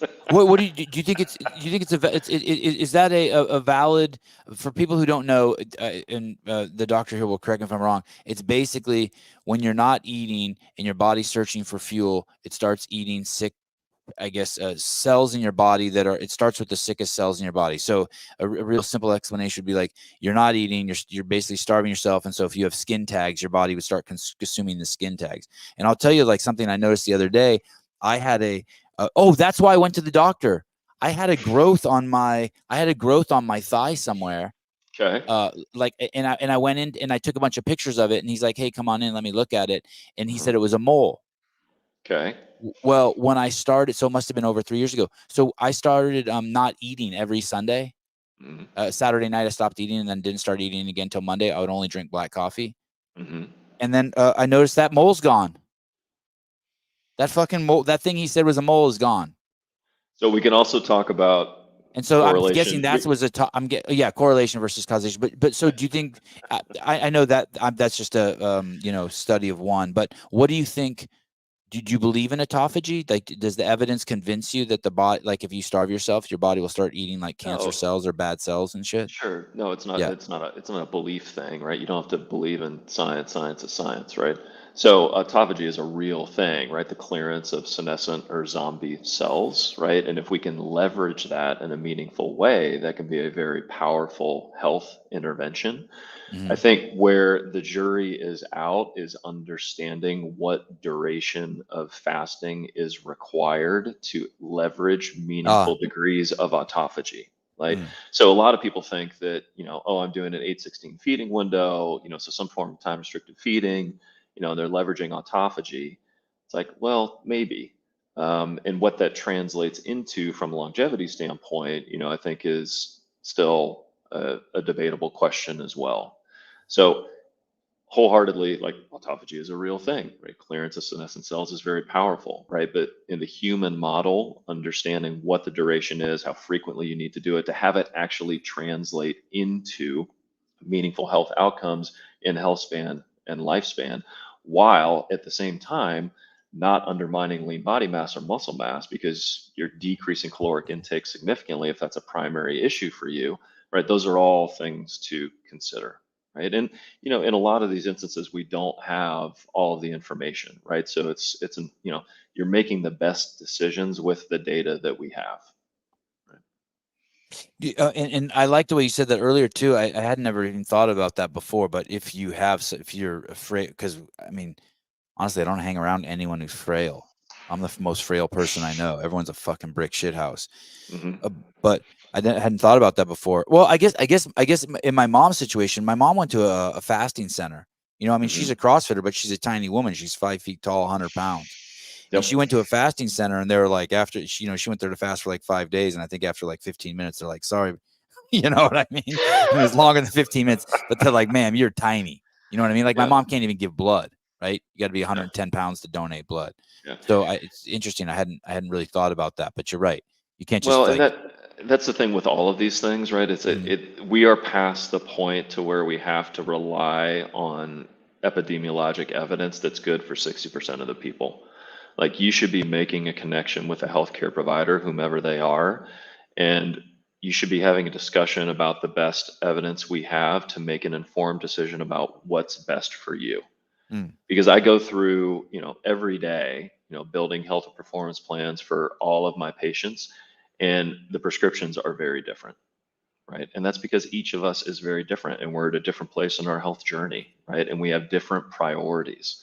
And so, a cookie cutter approach, a one size fits all, aside from, not being a dumbass and consuming highly processed and refined foods and way too much added sugar, all of us can benefit from that for the most part, right? right. But once we get past those stages into, these, you know, religious dogmatic discussions about nutrition strategies, and because people will self-identify with these. I mean, talk about putting up barriers and living in a silo. We all need to recognize that the strategy that's best for me may not be what's best for you, and just because it works for me doesn't mean that it's going to work for you, right? And so I think that anybody who's working with individuals needs to be very comfortable with all of these potential types of interventions and be able to sit down with you and discuss the pros and cons and figure out, help you come to the decision of what's going to be the best intervention plan for you. And that can change over time, right? That may be initially in your journey, if you have a significant amount of metabolic dysfunction, that time restricted feeding and fasting is hugely impactful, right? Once we move through that first stage and you've corrected that metabolic dysfunction, you brought down your fasting insulin number and your A1C and your fasting glucose, and you've decreased your visceral fat load, which hopefully you're monitoring. It may be then that you can now transition into building more lean body mass, right? Which may involve being in a caloric surplus, but those better be the right kind of calories, right? So Plus it's all. bodybuilding is fun. Plus bodybuilding is fun. It is, It is, right? man. It is. I've been doing these a lot again lately for the Yeah, last like 6 months, work and those tries, baby. and I love and nothing feels better to me in the morning than my tries being sore. Mm-hmm. Just like that sense of accomplishment. Bodybuilding is great. Dude, I love this accessory work. It's Yeah, I mean, I that's look what we forward to call that it. after class. I like Yeah, it. man. It's accessory, baby. We've changed. I'm not bodybuilding. I'm doing accessory work. Successory. It's accessory work. Yeah. So something's going to happen from you being on this podcast. There's going to be there's people out there who want CrossFitting doctors. Mm-hmm. How do people find? Well, first of all, are you taking on more clients, and how can people find CrossFitting doctors? Do I have to move to Nashville and join Proven? No, you do not. That is not a requirement. It's awesome to work with people who are local in the community and can immerse themselves in the affiliates, whether it's in Northeast Ohio or here in Nashville. But no, we work with folks all over the country. In a perfect world, I love to have them come and spend a couple of days with us, right? So you get to come in, we meet, we spend time together, we can do all your diagnostic testing, we do your blood work, we do your, resting and active metabolic rate analysis, we do your body scan. You can have a workout, workout with some of the fittest people on the planet. Move through a recovery protocol if you want to, and then you can, go back to Massachusetts and we can work remotely for a number of months before we need to see each other again. And so there's a lot of ways to do it. And we do work with folks completely remotely, and we can source a lot of these diagnostic testing modalities in their communities. So if they can't get to us, if that's prohibitive, we can still get the information that we need to get a true understanding of your core foundational health pillars so that we can build an informed health strategy. Is there a bucket someone can open up and be like, oh, that's where you are, and it's just full of CrossFitting doctors? So if you come to the conference, we will be talking about that. Okay. But one of the things that we're most excited about, and I'm very hesitant to even mention it because, one thing that I've learned about working with CrossFit over the years is I never count my CrossFit eggs before they're hatched. Right. And so I will probably save that, but it's something that a lot of people have been working on for a very long time. Okay. And I'm really excited and hopeful that we'll be able to talk about it in more detail at the conference. But I can say that I have a lot of colleagues in the space who are CrossFitting physicians who would love to work with individuals. And I'm happy to connect people. And if they want to work with me, I'd love to build a relationship with folks. They can find us at McCoy-medical.com and get in touch with us there. Tell me what it is. What is it? McCoy-medical.com. And I'm on IG too at Vital Human Doc. So we can direct people to the best way to get in touch with us. And if it's not me, we can work to find somebody who you can work with. Let me just, is that McCoy-medical. Is that website live? Yeah. Oh yeah. Let me see if I can pop this. It might come up as To Be Human as well as the parent if you see that on there. Okay. Yep. It did. Okay. You can pull that up. And so there's a reach out and contact us there. People can schedule a quick discussion and talk with my co-founder, and we can talk about options and what things look like. I like how you cut your face off, but kept her face. That's solid. Smart move. Look at because she's behind you. Your head is like 3 times the size of hers. That's awesome too. I like that. Man, I got more important things to do than worry about the website, bro. Hey, I'm telling you, it's good. It's good. I like it.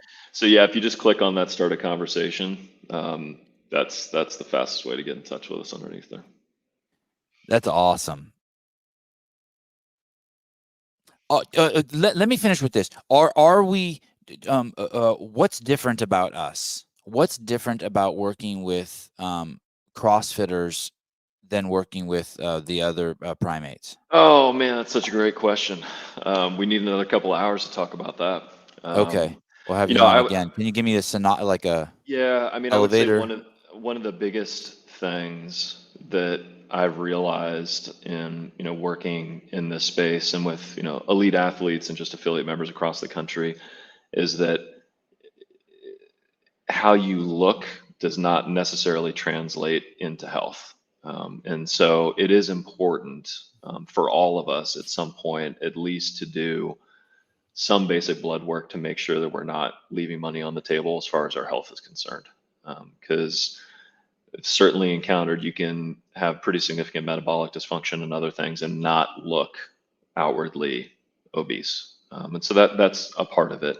I think another piece of it is that CrossFitters by and large are extremely driven, and we spend a lot of time in very high intensity and just shoving on the sympathetic side of our nervous system, and working with folks to help cultivate recovery strategies. And that looks different for everybody. But understanding that through establishing balance, you can be more effective and achieve more goals if you aren't burning the candle at both ends from an intensity standpoint, and driving your nervous system into the ground. You can be very effective. So I think probably one of the biggest things that CrossFitters tend to be very, very driven. And so working within that mindset and paradigm to help people understand all the influences that impact overall health and performance is one of the most interesting challenges. Let me ask you, since we started with some tough questions, let me finish with the really tough one. Very sensitive issue here. You're saying that you cannot be obese and still not have the greatest health markers. Oh, you never heard of being skinny fat? Yes. So let me ask you this. Here comes the question. Can you be obese and be healthy? So you can be obese and not have significant metabolic dysfunction, right? You can. Well, I mean, keep in mind that technically I'm overweight by BMI. So this is a much longer discussion, right?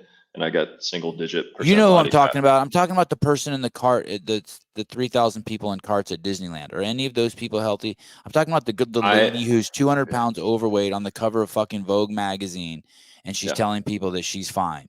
And like I'm like, bitch, you're on fucking medications. I know you are. Like, you have to be. It is important to understand that just how outward appearance does not mean that you are metabolically unfit. It also does not mean that you're metabolically fit as well. So you can have a certain amount of subcutaneous fat, right, that's within appropriate parameters, and still have very low visceral fat and be potentially metabolically healthy. Now, 2, 3, What's 400 visceral pounds, fat? It's not on your organ. It's not on your organs. No, it is on your organs, right? So visceral fat is intraperitoneal. It's the fat that's inside your abdominal cavity that sits on your liver and your heart and your kidneys and your organs, that is disproportionately inflammatory, right? Yeah. Because of location. And that's not what you want. You don't want that kind. No, sir.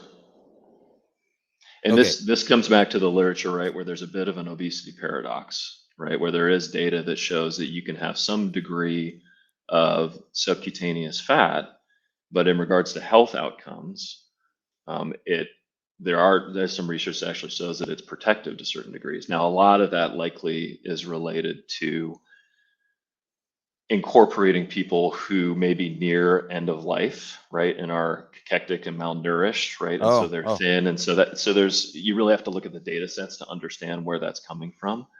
Right. But like at 80, my mom, I like to see my mom thicker than skinnier. The point that I would make is that if you see a person walking into your affiliate, just because they're skinny, don't think that they're metabolically healthy. Okay.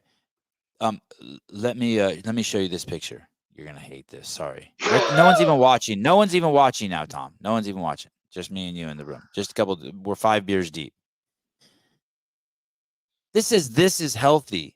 I know that's not healthy. I know that her, just based on this, what I know about the way the body moves, I know there's positions that the body needs to probably get in, that if you're that heavy, you can't get into them. Like you're not, I just know that's not healthy. That's not, for the things that we're made to do here on planet Earth, like maybe catch food, hunt food, and mate. I don't think that that's healthy. I don't think that body's even healthy to carry a baby in. Do you have any? It's healthier than sitting on the couch. I mean, at least she's standing up. Dude, don't get me wrong. Yes, but I love her pose. Her emotional status is great. Her skin is beautiful. The spread of fat over her body, I like even that. Right, the way it's everywhere. You know what I mean? Like it's equally dispersed. You know what I mean? I'm just saying that is not healthy. She's not even, I don't think she's even at the 50-yard line of what she's probably capable of as a human being, carrying around all that extra weight. I think it affects her thoughts probably, and for sure ability to go up and downstairs. Let me just ask, let me ask you this. Could that body be healthy? So that's not how I would define health. Now, what I would say is that it would be very hard to have that much excess adipose and have optimized lipids, fasting insulin, visceral fat, et cetera, right? So in all likelihood, there are significant health markers there that need to be improved. But that's also me, I'm not one to make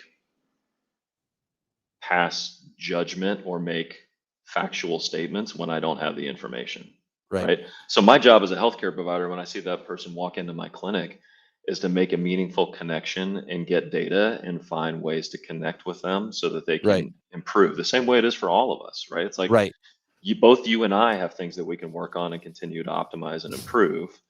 And me, casting, negative connotations to body type or anything else is not going to help me connect and develop a relationship with that person.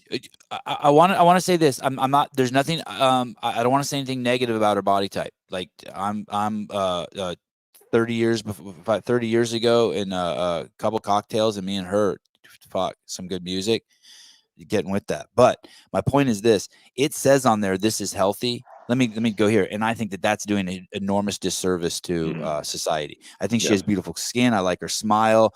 I see her as fucking a beautiful woman form. I'm not a big fan of the tattoos, all the fucking writing on her, but I just can't. I think that there is a shape for 99% of us to infinity that we can fit in and be like, hey, dude, you got that. That's not good. And I'll even define health. You're going to live a shorter life. You're not in two things. You're going to live a shorter life than what you probably could have. So I'm making the presupposition you want to live long, and two, you're not operating optimally. Like you could even be happier with a different diet. Yeah, but her exercise regimen might be perfect. Fuck, what do I know? But that thing's consuming too many calories. Yeah, I mean, objectively speaking, right? Yeah. Based on that image, right? Her body composition, she's probably class 2 or class 3 obesity, and there are significant negative health outcomes associated with that diagnosis. Right? Yeah. All right. And we should, and it should be an open discussion. Like, I have an issue with them promoting that as healthy.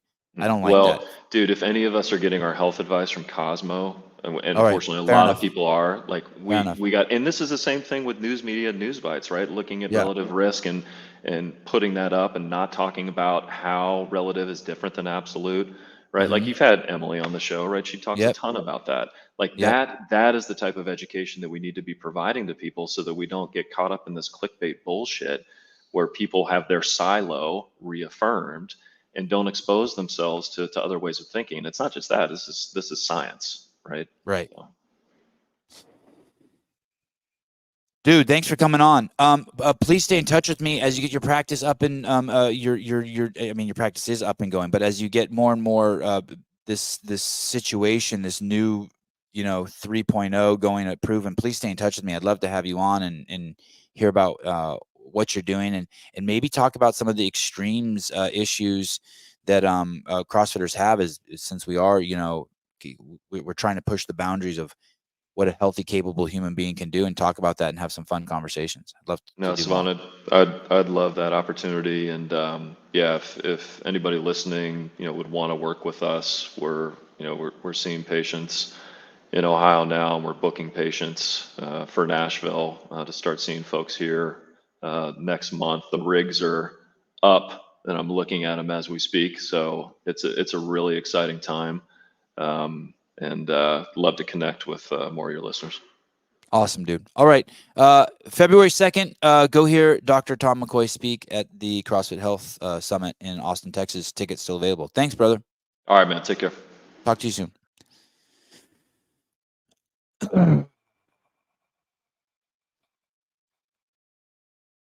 Easy peasy. What a cool dude. Doctors never want to say crazy shit. I don't blame them. Adipose. She has a large amount of adipose. Let me see. Adipose. What is adipose? There's so many words I didn't know. Adipose. ADIPOSE. It's a body tissue used for storage of fat. Adipose. Body tissue. Adipose tissue, body fat, anatomy and function, Cleveland Clinic. Adipose tissue, otherwise known as body fat, is a connective tissue that extends throughout your body. What do you mean, as opposed to a non-connective tissue? Like the one you pull out of a box and it just separates from the rest of them? I did make my bed. I didn't think I'd made my bed's made, just so you know. That was Avi slept in that bed last night.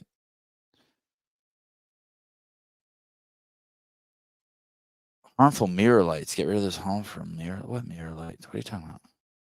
I have like a beauty light over here. I don't know why it's making me so red. Look, I wonder if I turn this off, what do I look like?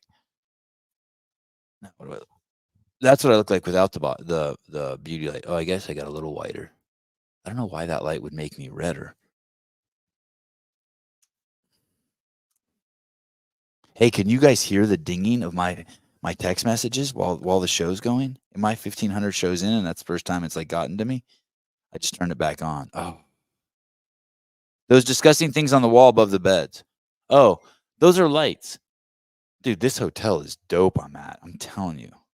No, I'm not consuming TRT. Shut the fuck up. I'm not like, if you saw me in person, I'm not red at all. I'm like, I'm brown. I'm like a light-skinned brother. I am a light-skinned brother. How about, speaking of light-skinned brothers, how about the fucking president of fucking Harvard saying she has no issues with chanting death to fucking Jews on campus? She wants to protect freedom of speech. Listen, there's a big difference between protecting freedom of speech and, I mean, can you imagine saying people chanting death to black people, all black people on campus somewhere? Like, you can't do that. And it's a fucking public school. It's a school. It's a school setting. There's to be different rules at the school setting. You can't have porn in the library at the school.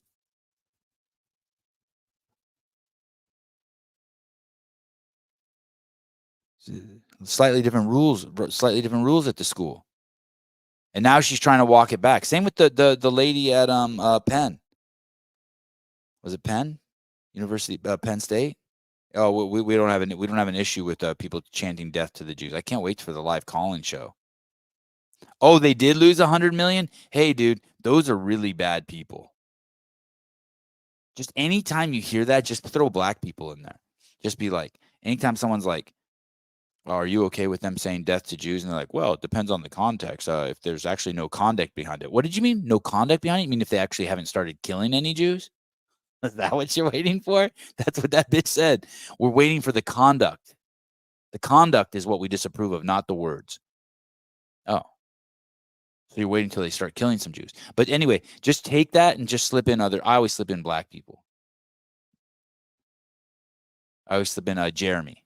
I always think, oh, we want death to Jeremy on all campuses. That's my synonym for black dudes. It's like, what the fuck? You can't do that. I don't even. Sevi, the Sevanistas are doing 3-week bench cycle. Want to join us? No, I'm on the road, dude. My shoulders are fucking. I worked out for the first time in like 2 or 3 days yesterday. Want to know what I did? I did 20 cals on these in Greg's garage. I did 20 cals on the assault bike, 5 strict chest to bar pull-ups. That's the only kind I ever do. Right, Blade? All pull-ups should be strict and chest to bar. I did 10 push-ups with my hands kind of low, like a planche push-up. 10 of those. And then 5 dumbbell squats with 45-pound dumbbells in the front rack position. And I did that for 10 rounds. Dude, you guys know I'm just eating meat, right? So like I'm 7 or 8 days of just eating meat. Last time I did this, I didn't pee out of my asshole. Now I'm just like, it's just peeing out of my asshole every deuce. Only sharded once. But yeah, I'm like 8 days of just meat. There's 2 or 3 times I've cheated. I put a little bit of cream in my coffee one morning, and then yesterday I went to fucking lunch with Greg at this place in Arizona. It was the most disgusting place ever. It's just a hole in the wall Mexican place. And I couldn't eat anything there. So I just ordered this like bowl of chopped carne, not carnal, it's carne. Dude, it might as well have been fucking dog I was eating. It was all these little pieces of meat. And I squirted a little bit of this red cayenne pepper sauce on it because it was so fucking disgusting. I probably just ate a bucket of seed oil and dog. It was probably dog. I just kept thinking the whole time, am I eating someone's dog? Fuck. Crazy. Crazy, crazy, crazy. Crazy. How do you say, how do you get up in front of like, excuse me, do you feel like it's threatening to the students on campus when you have people walking around campus chanting and holding a sign saying death to all Jews? Well, it depends on the context. Were they holding the signs here or here?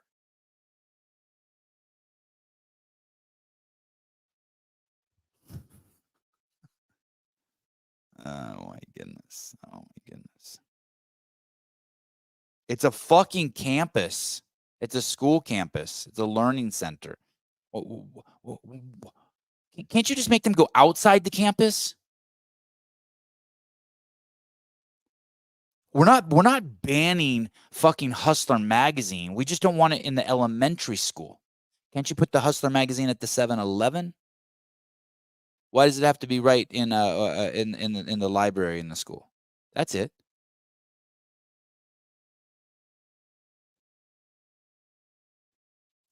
Hey, dude. I don't want to hear shit. I don't want to hear shit about look at this. Look at this. Look at this I saw the other day too. This is fucking awesome. I want to actually see my what was that guy's name I've had on the show before? Matthew Boudreau. Is that his name? Boudreau? The guy who's friends with Tim Kennedy. Oh, there he is. Matt Boudreau. Look at this. He posted this the other day. I want to see my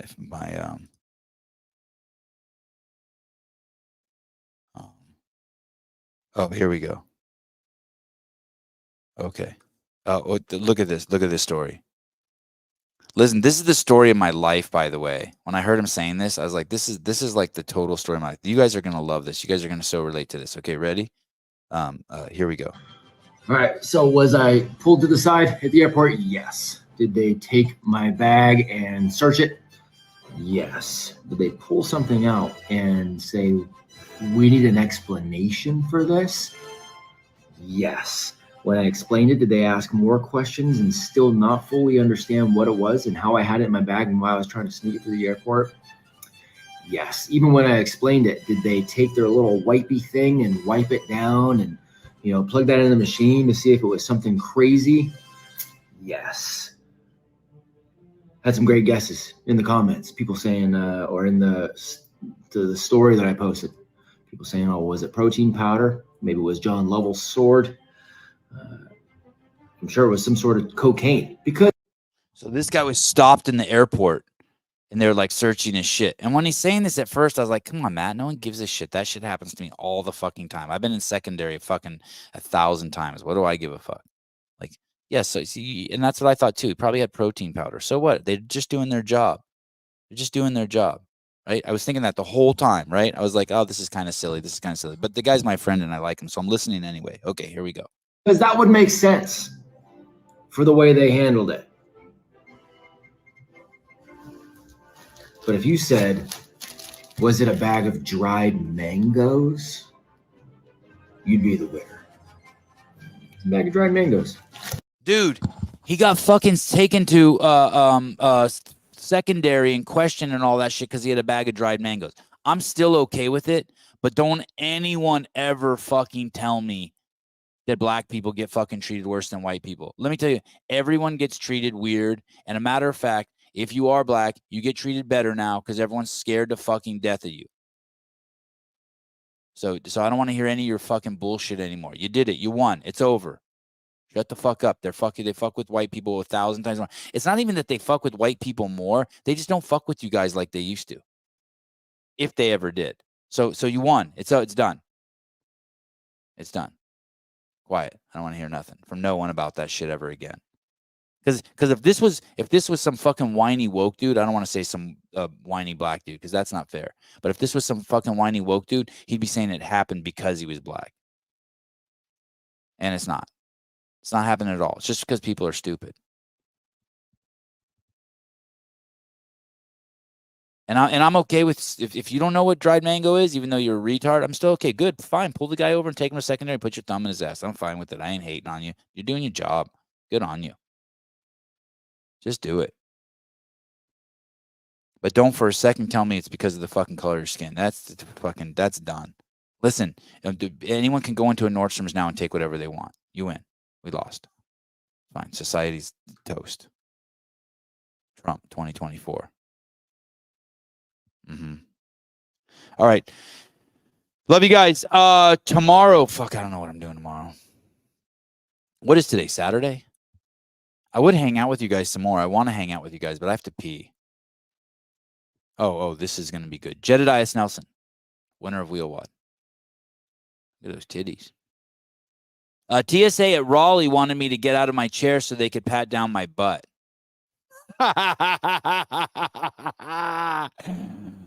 Oh my goodness.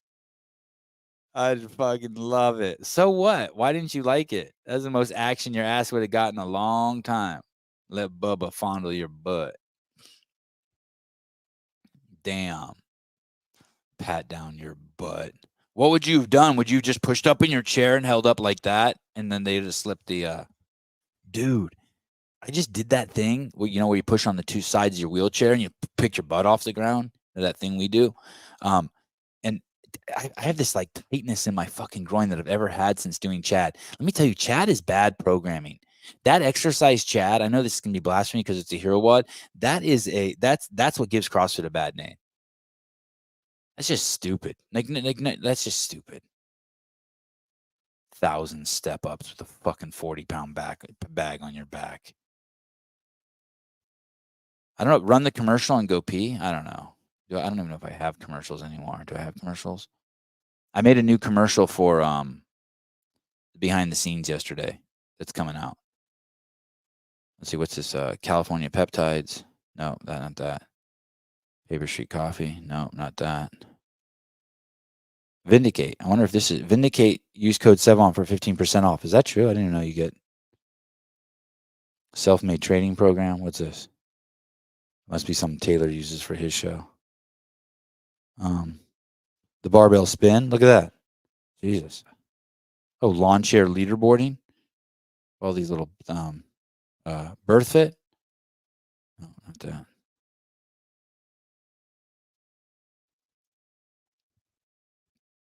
Dear Sarah Cox.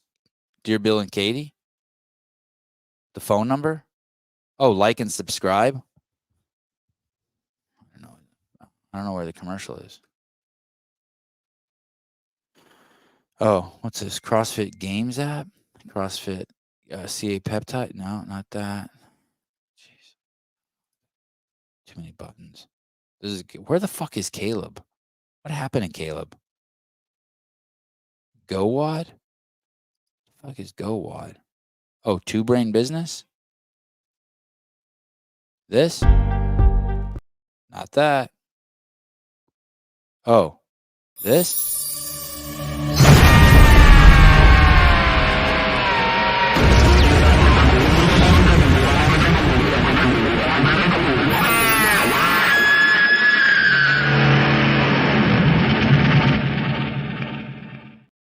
There's that. There's no, I can't, that's not, I don't know. There's one here called Mitch Wagner. I wonder what that is.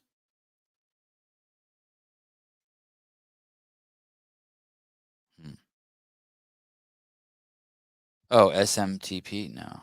Is this a free workout? Here's a workout for you guys to hit next time you're in the gym. This workout is a unique format where the priority is both time and load. Pick a weight that's going to challenge you while still remaining manageable. Have fun, and remember to use your hook grip on this one. Tag us if you get a chance to hit it. If you get up and get it, put your hands up. How young did Taylor look in that? What's happened to him since then? Video backgrounds are now supported in the studio.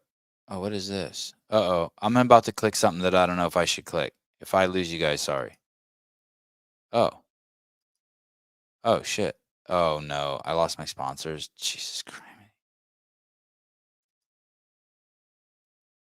Oh, shit. I knew I shouldn't have pushed on these buttons. Bubbles? Dark. Damn, I lost my sponsors. Pornhub? What's this? Wow. There's all sorts of crazy buttons back here. Well, now I lost my sponsors. Well, that's a mess. Oh, can I turn this off? Nope, they didn't come back. All right. What's going on? You could have gone pee 10 times now. Oh, Taylor got married. That's what happened. No, I have the, what do you mean you're going to lose the phone? I have the, oh no, I have the phone. Phone's here. Oh yeah, where is the phone? Oh no, it's here. So weird. Too many phones. All right, I'm going. If anyone wants to hang out today, let me know. Just partying all day. Just gonna do a workout. What, zombie? Felt some movement in the pants when you heard the Pornhub song.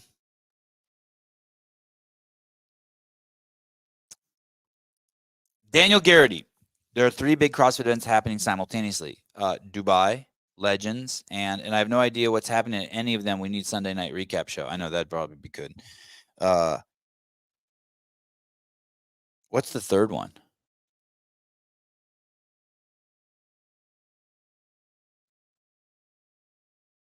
What's the third one? The Sevan bench press competition? Oh, Fit Fest. Oh, yeah. Pedro's there.